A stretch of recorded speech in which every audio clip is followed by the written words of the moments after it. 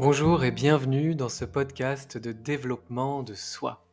Embarqué dans un voyage intérieur et introspectif.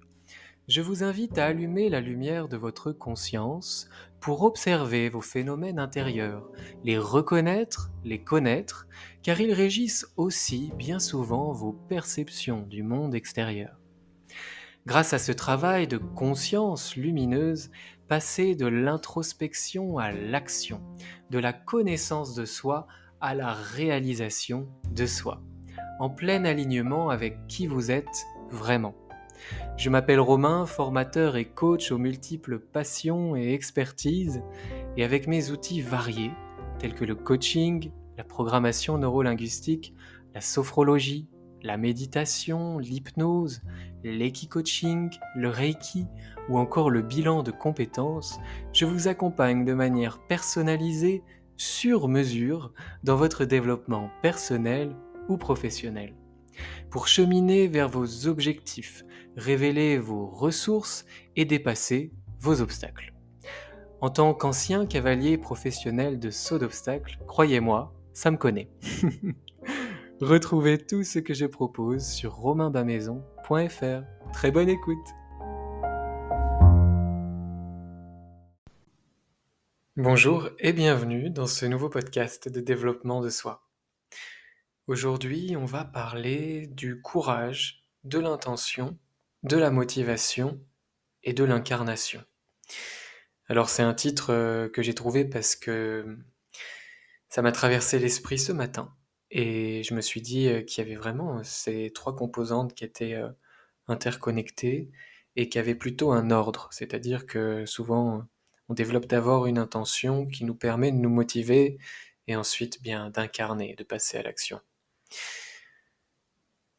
Et le courage, pourquoi? Parce qu'en fait, incarner, être motivé et avoir une intention claire, la mettre en œuvre, la mettre en pratique, c'est quelque chose qui est magnifique et qui n'est pas toujours super facile au quotidien.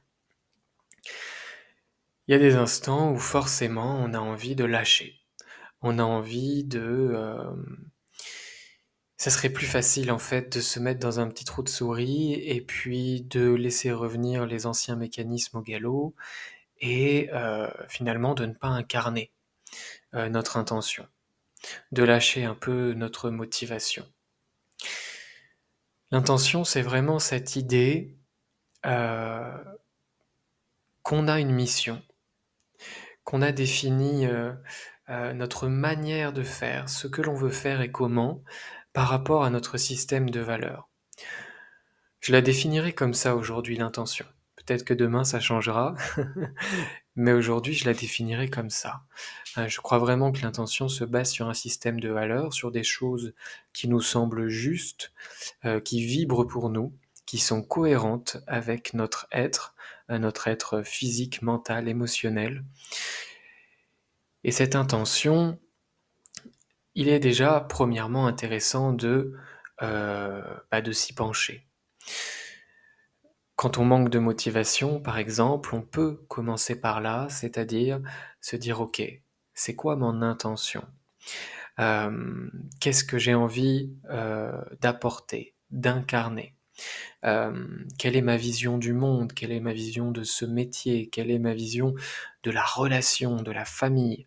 À chaque instant, dans chaque tâche et chaque sphère de vie, se poser cette question: «Quelle est mon intention?» Et l'intention, c'est simple, ça tient en une phrase, généralement. Par exemple, moi, mon intention dans mon métier, dans mes différentes sphères de vie, et différentes activités professionnelles, que ce soit le développement personnel, le développement professionnel avec les formations, ou bien, l'enseignement de l'équitation, ces 3 choses qui sont dans ma vie aujourd'hui. Mon intention, c'est d'aider les individus à se développer dans leurs différentes sphères de vie avec plus d'harmonie. Ça marche pour la sphère personnelle avec mes clients en coaching ou en sophrologie, ça marche pour les formations professionnelles ou les coachings professionnels, les bilans de compétences, et ça marche aussi pour la relation cavalier-cheval dans l'équitation. Donc vous voyez, une intention, elle peut être simple, elle peut tenir en une phrase et elle peut correspondre à l'ensemble de notre vie, en y donnant bien sûr peut-être différents reliefs, différentes couleurs, parce que différentes zones d'application. Mais l'intention, c'est vraiment un mouvement du cœur. Qu'est-ce que j'ai envie de donner, d'apporter sans rien attendre en retour, bien souvent. Quand on dit ça, sans rien attendre en retour, on comprend bien que derrière cette intention pure et belle, eh ben, il peut y avoir la résistance de l'ego. L'ego qui attend de la reconnaissance, qui attend des choses en retour. L'ego, il est dans la transaction, le marchandage.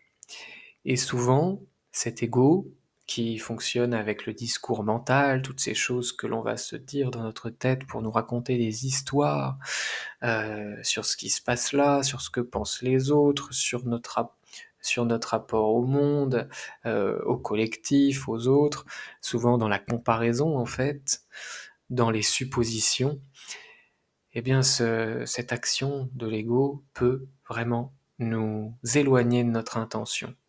Et c'est là qu'on perd la motivation. C'est là qu'on se dit mais bon, à quoi bon, pourquoi faire, qu'est-ce que je fous là? Cette question «qu'est-ce que je fous là?» elle peut être très saine et elle peut être liée à certains instants à l'intention. On se rend compte qu'il y a peut-être un désalignement entre ce que l'on fait, ce que l'on dit, ce que l'on est dans l'instant par rapport à nos valeurs profondes du moment, de cette étape de vie. Donc là, on comprend bien qu'il y a aussi de l'évolution, du changement et c'est complètement OK. Mais il y a aussi la baisse de motivation, le doute qui est induit par l'ego qui vient un petit peu brouiller l'intention. L'ego, ça peut être aussi les peurs. Quand le discours mental est lié aux peurs, la peur du jugement, la peur de se tromper, la peur de l'échec, la peur de ne pas mériter, et bien d'autres choses liées à nos blessures émotionnelles de tout petit, j'allais dire, souvent évidemment de notre enfance, et puis après qui peuvent se répéter dans notre vie à travers différentes expériences. Et comme, petite parenthèse, on en avait parlé dans un podcast, le cerveau a évolué de cette manière, on a un biais cognitif de négativité, c'est-à-dire que proportionnellement le cerveau retient davantage le négatif, le désagréable, et va se concentrer davantage sur les problèmes. À la base, c'est pour une raison de survie, et dans notre société moderne, ce schéma opère encore, et il peut nous enquiquiner. Donc voilà, attention, soyons vigilants, comme diraient les bouddhistes, la vigilance de cet ego qui peut nous détourner de notre intention première. L'intention, elle est agréable, elle est motivante, elle nous permet de transcender nos peurs et nos blocages. Parce que l'intention, c'est une envie souvent altruiste, souvent désintéressée de contribuer à quelque chose de plus grand, de contribuer au monde et de se réaliser pour cela. Donc c'est pas seulement un abandon de soi au service du reste, c'est euh, un amour de soi, c'est vraiment une envie de parier sur soi, d'investir en soi pour s'inscrire dans un système plus grand que soi, pour appartenir à un projet plus grand et pour souvent contribuer à quelque chose de meilleur, ou en tout cas à une vision du monde vers laquelle on a envie de tendre. Donc cette intention, préservons-la. Préservons-la, ça demande du courage de l'incarner.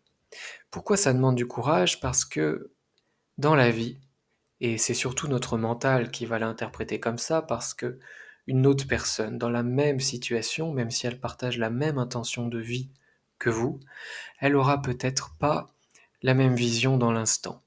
Donc comprenons déjà que lorsqu'on voit des obstacles à incarner notre intention, à être ce que l'on a envie d'être et à faire ce que l'on a envie de faire, souvent c'est une illusion. On est en train de regarder la réalité avec nos lunettes, nos prismes, nos blocages, nos peurs, nos blessures, et on interprète. Et ensuite, on met des mots qui sont inventés de toutes pièces pour raconter une histoire là-dessus. Donc, la première chose, ça pourrait être de prendre du recul et de ne pas se croire. C'est Don Miguel Ruiz qui disait ça dans La maîtrise de l'amour. Voilà. Ne me croyez pas, ne vous croyez pas non plus, et ne croyez pas votre mental, vos pensées ou votre ego. Ayez un esprit critique sur ce qui se passe dans votre tête, y compris vos visions des potentielles difficultés qui pourraient amener justement la démotivation. Donc on l'a vu, la motivation, elle est liée, elle découle de l'intention. Quand l'intention, elle correspond à nos valeurs, on a envie de se mettre en mouvement. On est motivé. À différentes échelles, ça peut varier avec l'énergie du moment, notre agenda, etc. Mais il y a quand même de la motivation. Peut-être qu'il y aura de la frustration, qui est en fait une motivation déguisée dans l'inaction. Quand on est frustré, c'est qu'on est souvent motivé. Et en fait, cette frustration, elle vient simplement euh, d'un besoin de passer à l'action ou de repasser à l'action. Après une frustration de quelque chose qu'on n'a pas fait assez bien selon nous, bah, c'est une frustration de motivation de refaire, de s'améliorer, pour correspondre à une intention première.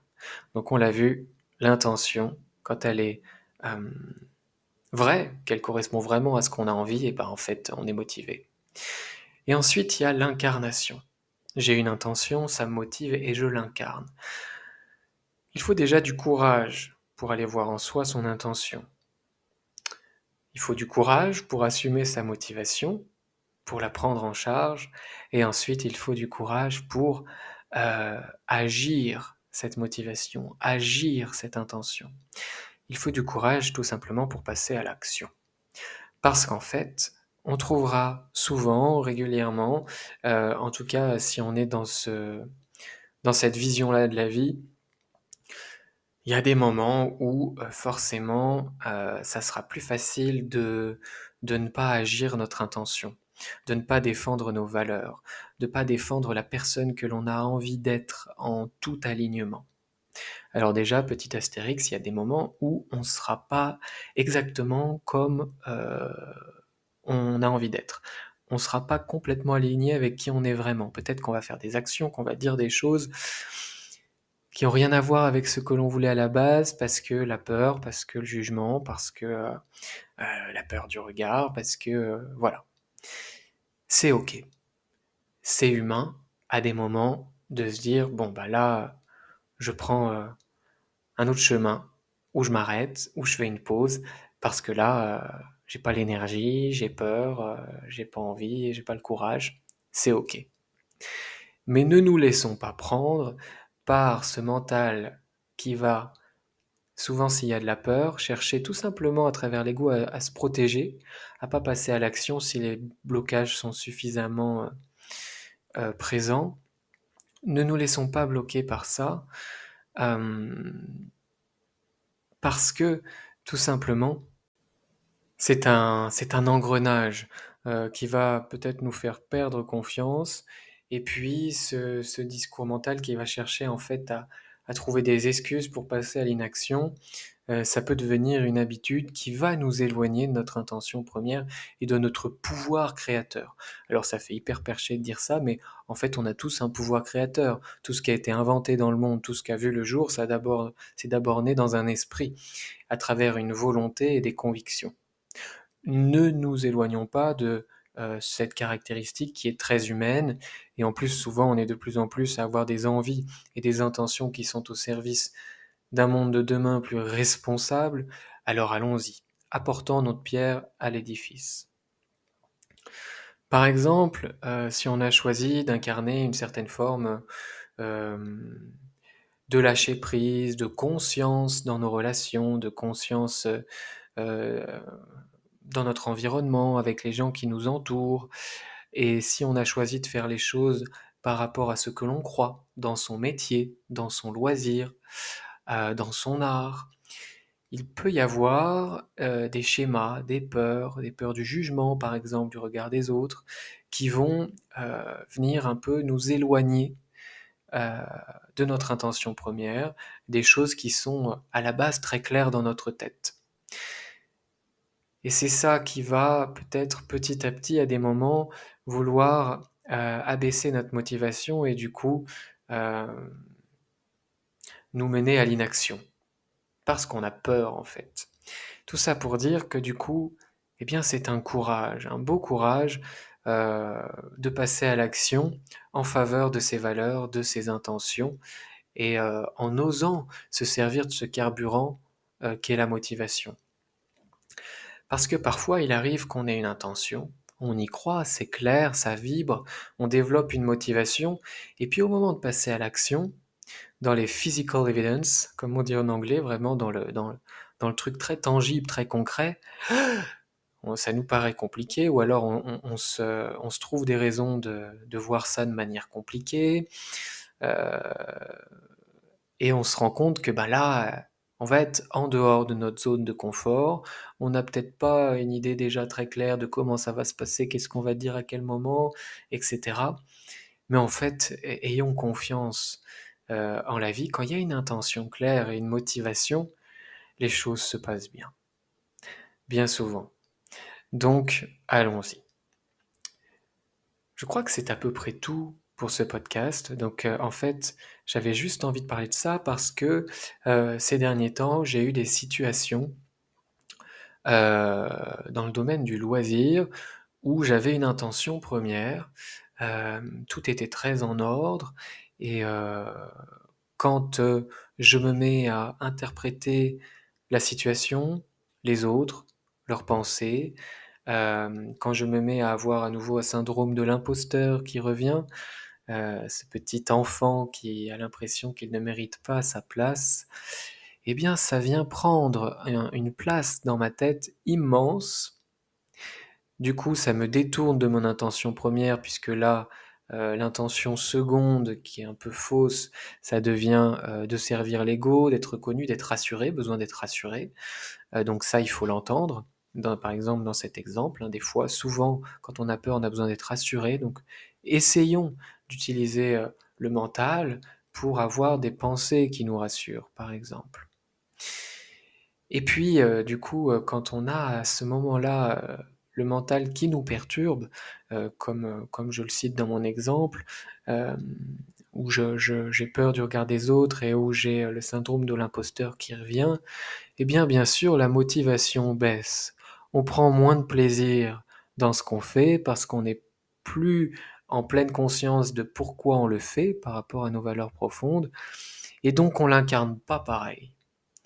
On l'incarne pas sereinement. Et puis après, ça peut être euh, quand on se laisse un peu perturber dans cette intention, on peut aller ensuite euh, rapidement dans un cercle de pensées qui vont juger qu'on n'a pas réussi à être comme on voulait être, et du coup on va rester vraiment sur le résultat des ressentis, qui ne sont que des ressentis liés aux interprétations de notre mental. Donc, quand c'est comme ça, quand on est un peu éloigné de son intention, qu'on est en train de perdre sa motivation parce qu'on n'incarne pas exactement les choses comme on voulait au départ, on rembobine. Plutôt que d'être au niveau de la cerise dans le gâteau et de se dire mais pourquoi comme ci, pourquoi comme ça, on rembobine et on revient à l'intention première. Et on essaie de changer de regard sur ce qui vient de se passer. Au fond, si j'enlève mes peurs, si j'enlève mes jugements, si j'enlève mon mental disruptif, celui qui me perturbe, est-ce qu'il y avait de mon intention première dans ce que j'ai fait? Souvent la réponse est oui. Est-ce que j'ai agi de manière motivée? Est-ce que j'y ai mis du cœur à l'ouvrage? Souvent c'est oui. Est-ce que j'ai incarné quelque part mon intention? Est-ce que j'ai incarné mes valeurs? Au-delà de ma perturbation mentale, au-delà de mes doutes, très concrètement, est-ce que j'ai incarné mon intention? Posez-vous ces questions. Souvent la réponse est oui. Mais nos peurs viennent mettre peut-être une autre teinte sur ce qu'on vient d'incarner parfaitement dans l'instant. Donc voilà, il faut du courage pour développer son intention et l'incarner. en utilisant cette motivation qui est toute naturelle dans une intention claire et qui correspond à notre système de valeurs. Mais soyons vigilants sur les jeux de l'ego, sur la peur et le discours mental qui nous perturbe, qui peut nous éloigner d'une part de notre intention première et du coup on n'incarne pas vraiment ce qu'on voudrait, ça peut nous mettre dans l'inaction, ou alors ça peut nous rendre incapables de voir à quel point on a parfaitement incarné notre intention comme on le souhaitait. Donc, restons vigilants, clarifions notre intention, on peut s'y ramener, c'est tout simple. Quand ça commence à devenir compliqué, que l'ego résiste et qu'il y a des choses qui interfèrent, ok, à la base, c'est pourquoi que je fais ça. C'est quoi mon intention première? Et souvent, ça dépoussière, ça épure, et on peut retourner avec du courage et de la motivation dans l'action. Voilà, je vous remercie pour votre écoute, j'espère que ce podcast vous aura plu. Encore une fois, bien sûr, n'hésitez pas à le partager autour de vous, et si vous souhaitez soutenir le podcast, à le noter et à nous laisser un petit commentaire. Voilà, je vous dis à bientôt pour un nouveau podcast. Bye bye.